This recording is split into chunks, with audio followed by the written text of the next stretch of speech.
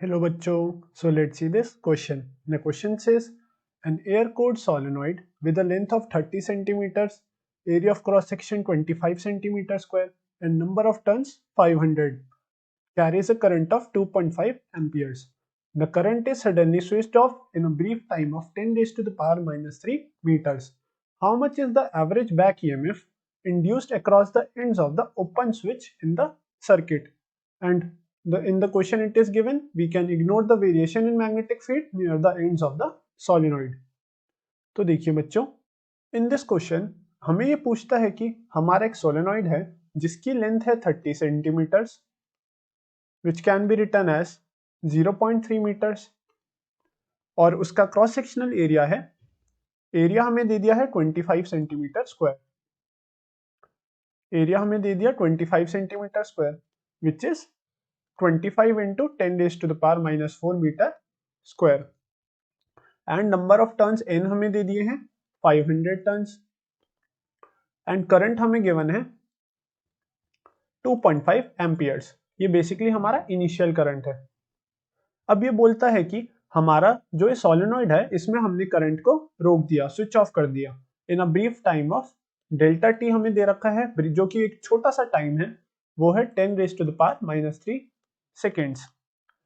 How much is the average back EMF induced across the ends of the open switch in the circuit? अब हमें ये चीज पूछता है कि हमारा एवरेज बैक EMF जनरेट कितनी होगी। तो देखिए, हमें पता है बच्चों कि जो हमारा मैग्नेटिक फील्ड जनरेट होती है due to a solenoid, due to a current carrying solenoid, वो होती है B is equals to mu not Ni, where N here is our number of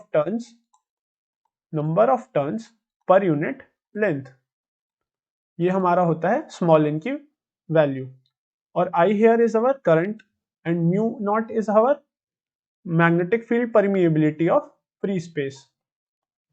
okay, ये तो हमारा आ गया magnetic field due to, this is the formula for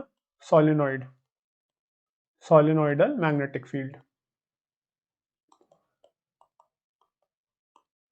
और हम जानते हैं बच्चों कि हमारा जो फैराडेज लॉ होता है which is EMF generated is equals to minus N d phi over D t. तो देखिए बच्चों, हम जानते हैं कि फैराडेज लॉ कहता है, फैराडेज लॉ स्टेट्स दैट कि जो हमारा ईएमएफ होता है generated in a coil that is equal to the change in the magnetic flux, right, where our magnetic flux is equal to number of turns times area of the coil times the magnetic field। तो अगर हम यहाँ पे इस flux की value put करें in this equation तो हमारा बनेगा EMF is equal to minus N D over D T B into A के बराबर। और यहाँ पे अगर हम देखें हमारा एरिया तो यहाँ पे कांस्टेंट है, तो हमारा EMF will be equal to minus N A d over D t. And देखिए जो यहाँ पे हमारी ये B है ये मैग्नेटिक फील्ड है due to magnetic field due to solenoid. तो अगर हम इसको रिप्लेस करें बाय दिस फॉर्मूला तो हमारा बनेगा म्यू नॉट एन आई के बराबर।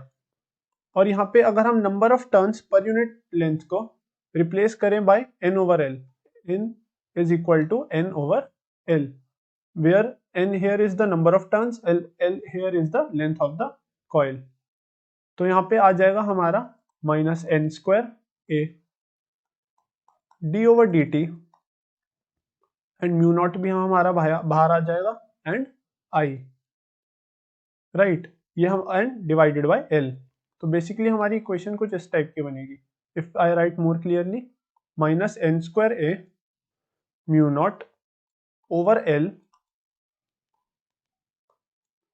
D over D t of current.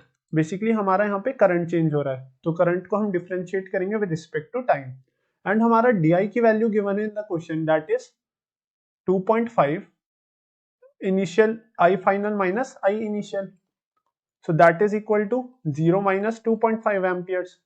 क्योंकि देखिए हमारा स्विच ऑफ करेंगे हम तो उसमें जो फाइनल करंट है वो तो जीरो के इक्वल आएगा, तो बेसिकली डी आई की वैल्यू हो गई हमारी माइनस 2.5 एम्पियर्स एंड dt हमें की वैल्यू हमें क्वेश्चन में दे रखी है 10 raised to the power minus 3 seconds।